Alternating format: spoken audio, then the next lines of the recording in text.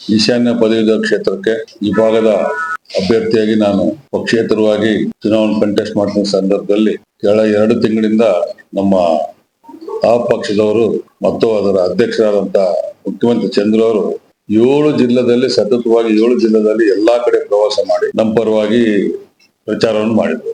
ಆ ವಯಸ್ಸನ್ನು ಬಿಸಿಲನ್ನು ಲೆಕ್ಕಿಸದೆ ಅವರು ಟ್ರಾವೆಲ್ ಮಾಡಿದ್ದಷ್ಟು ಇದು ಆ ಸ್ಕೂಲು ಕಾಲೇಜುಗಳಲ್ಲಿ ಹೋದಾಗ ಅವರು ಮಕ್ಕಳ ಹತ್ರ ಸ್ಟಾಫ್ ಹತ್ರ ಅವರು ಎಷ್ಟೊತ್ತು ಬೆರೆದಿರೋದಕ್ಕೆ ಯಾವುದೇ ಒಂದು ಜನಸಾಮಾನ್ಯ ಕೂಡ ಬೇರೆ ಅಂತಾರೆ. ಆ ತರ ಅವರೆಲ್ಲ ಜನರಲ್ಲಿ ಮಮೆಗಾಗಿ ಬಹಳ ನಮಗೆ ಚುನಾವಣೆ ಪ್ರಕ್ರಿಯೆಯಲ್ಲಿ ಹೆಚ್ಚು ಒತ್ತು ಕೊಟ್ಟು ನಮಗೆ ಚುನಾವಣೆ ಅವರು ಮಾಡ್ತಾ ಇದ್ದಾರೆ. ಈಗ ಅದರಂತೆ ನಾವು ನಮ್ಮ CPM ಪಕ್ಷದ ಕಾಮ್ರೇಡ್ ಅಂತ ಬಸವರಾಜ್ ಅವ್ರನ್ನು ಮತ್ತು ಗುರುಶಾಂತ್ ಅವ್ರನ್ನು ಮತ್ತು ನಮ್ಮ ಬಾಬು ಅವ್ರನ್ನು ಮತ್ತು ಮೇಡಮ್ ಅವ್ರನ್ನೆಲ್ಲರೂ ನಾವು ರಿಕ್ವೆಸ್ಟ್ ಮಾಡ್ಕೊಂಡಿದ್ವಿ, ನಮ್ಮ ಪರವಾಗಿ ನೀವು ಸಪೋರ್ಟ್ ಮಾಡಿ ಅಂತೇಳಿ. ಸೊ ಅವರು ರಾಜ್ಯ ಮಟ್ಟದಲ್ಲಿ ಅವ್ರದ್ದೇ ಆದಂತ ಒಂದು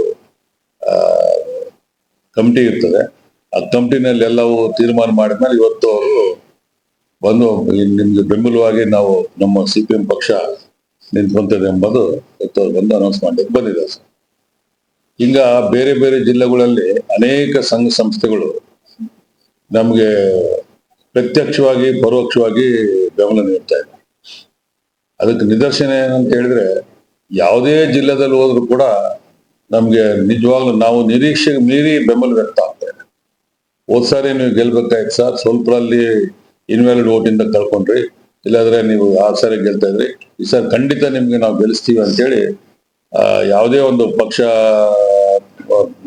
ಇವರ ಪಕ್ಷಾತೀತವಾಗಿ ಹೈಸ್ಕೂಲ್ ಟೀಚರ್ಸ್ ಇರ್ಬೋದು, ಪ್ರಾಥಮಿಕ ಟೀಚರ್ಸ್ ಇರ್ಬೋದು, ಡಿಗ್ರಿ ಕಾಲೇಜ್ ಲೆಕ್ಚರ್ಸ್ ಇರ್ಬೋದು, PU ಲೆಕ್ಚರ್ಸ್ ಇರ್ಬೋದು, ಮತ್ತು ವಿಶೇಷವಾಗಿ ಪತ್ರಕರ್ತರು, ವಿಶೇಷವಾಗಿ ಎಲ್ಲಾ ಜಿಲ್ಲೆಗಳಲ್ಲಿ ಪತ್ರಕರ್ತರು ಕೂಡ ಸರ್ ಯಾರು ಇದುವರೆಗೂ ಗೆದ್ದವ್ರು ಯಾರು ಪಾಸಿಟಿವ್ ಆಗಿ ರಿಯಾಕ್ಟ್ ಮಾಡಿಲ್ಲ, ನೀವು ಎಲ್ಲಾ ಕಡೆ ಹೋಗಿ ಸಮಸ್ಯೆಗಳಿಗೆ ರಿಯಾಕ್ಟ್ ಮಾಡ್ತಾ ಇದ್ರಿ, ಕಮಿಷನರ್ಗಳಿಗೆ ಲೆಟರ್ಗಳು ಬರಿತಾ ಇದ್ರಿ, ಅವರು ಅಟೆನ್ಷನ್ ಡ್ರಾ ಮಾಡ್ತಿದ್ರು ಅಂತೇಳಿ ವಿಶೇಷವಾಗಿ ಅವರೆಲ್ಲರೂ ನಮ್ಗೆ ಒಂದು ಭಾಗವಾಗಿ ಒಂದು ನೈತಿಕವಾಗಂತ ಬೆಂಬಲ ಕೊಡ್ತಾ ಇದ್ದಾರೆ.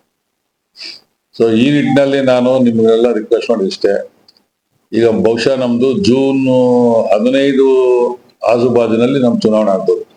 ಜೂನ್ 4ನೇ ತಾರೀಕು ಇಡೀ ದೇಶದಲ್ಲೆಲ್ಲ ಕೌಂಟಿಂಗ್ ಮುಗಿದ್ಮೇಲೆ ಇಲ್ಲಿ 1-2 ದಿವಸ ಇದು ಪ್ರೆಸಿಡೆಂಟ್ಗೆ ಅವರೆಲ್ಲ ಇದು ಹೋದ್ಮೇಲೆ ಎಲೆಕ್ಟೆಡ್ ಮೆಂಬರ್ಸ್ ರೆಪ್ರೆಸೆಂಟೇಷನ್ ಎಲ್ಲ ಹೋಗ್ತಾವೆ, ಲಿಸ್ಟ್ ಹೋಗ್ತದೆ MP ಗಳು.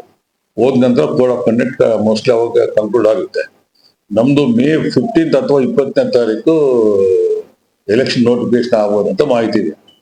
ಸೊ ಬಹುಶಃ ನಮ್ದು ಎಲೆಕ್ಷನ್ ಬಂದು ಜೂನ್ 10ರಿಂದ 15ರವರೆಗೆ ಆ ಟೈಮಲ್ಲಿ ಆಗ್ಬೋದು ಎಂಬುದು ಒಂದು ಈಗಿರಂತ ಒಂದು ಡೇಟ್ಗಳ ಪ್ರಕಾರ ನೋಡಿದ್ರೆ ಆ ತರ ಆಗುತ್ತೆ. ಇನ್ನ ಏಪ್ರಿಲ್ ಮೇ 2 ತಿಂಗಳು ಚುನಾವಣೆ ಇದೆ. ಸೊ 2 ತಿಂಗಳಲ್ಲಿ ನಮ್ಮ ಜಿಲ್ಲೆದಲ್ಲಿರುವಂತ ನಮ್ಮ ಭಾಗದವರಂತ ಎಲ್ಲ ಮಾಧ್ಯಮದವ್ರು ಕೂಡ ನಾನು ಸರ್ ರಿಕ್ವೆಸ್ಟ್ ಮಾಡಕ್ ಇಷ್ಟೇ, ಬಹಳ ಹತ್ತಿರದಿಂದ ಹೋದ್ ನಾವು ಚುನಾವಣೆ ಸೋತೀವಿ. ಈ ಭಾಗದಲ್ಲಿ ಸ್ವಾತಂತ್ರ್ಯ ಬಂದಾಗಲಿಂದ ಕೂಡ ಯಾರು ಕೂಡ ಇಷ್ಟು ದೊಡ್ಡ ಮಟ್ಟದಲ್ಲಿ ಚುನಾವಣೆ ಮಾಡಿಲ್ಲ, ಇಷ್ಟು ಹೋರಾಟವನ್ನು ಕೂಡ ಮಾಡಿಲ್ಲ. ನಿಮ್ಮೆಲ್ಲ ಸಹಕಾರದಿಂದ, ಅನೇಕ ಸಂಘ ಸಂಸ್ಥೆಗಳ ಸಹಕಾರದಿಂದ ನಾನು ಹೋದ ಚುನಾವಣೆ ಸ್ವಲ್ಪ ಸೋತೆ.